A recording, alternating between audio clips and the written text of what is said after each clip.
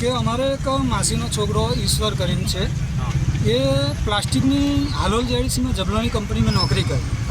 એ દિવસે બીજી કંપનીમાં જાય અને નાઇટમાં બીજી કંપનીમાં 15 દિવસથી 2 કંપનીમાં નોકરી કરતા હતા. એ તારીખે 5:30 ઘેર લગભગ આવ્યા અને 5:30 ઘેર આવ્યા પછી 7:30 કે એવામાં હું નોકરી જાઉં છું એમ કરીને ઘરેથી ગયા.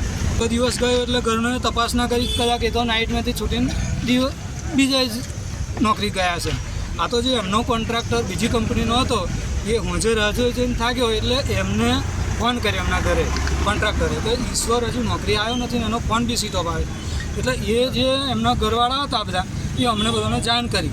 બીજે નોકરી કરતા હતા ત્યાં બી ગયા હતા. તો અમે એ શેઠને મળ્યા તો શેઠે એવું કીધું કે અહીં ઈશ્વર આવ્યો તો ખરો પણ મારી જોડે 5,000 રૂપિયા એડવાન્સ માગતો હતો, પણ 5,000 નહોતો, મેં 2,000 એને આપ્યા છે. મને મોબાઈલ મેં એમને બતાવ્યા બી એમના શેઠે 2,000 રૂપિયા આપ્યા છે. ત્યાં પછી હોય અહીંથી ઘેર ગયો છે.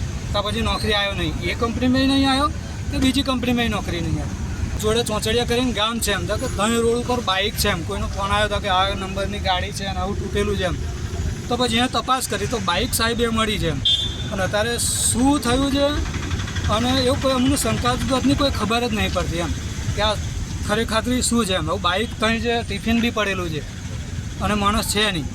એટલે આમ તો અમને સાહેબ એવું બી લાગે છે કે કદાચ કોઈ મારીને નાખી બી દીધો હોય કાં તો બાંધી બી દીધો હોય એમ, મતલબ કોઈ બી થઈ શકે એમ. એટલે અમને આગળની માહિતી નહીં સાહેબ.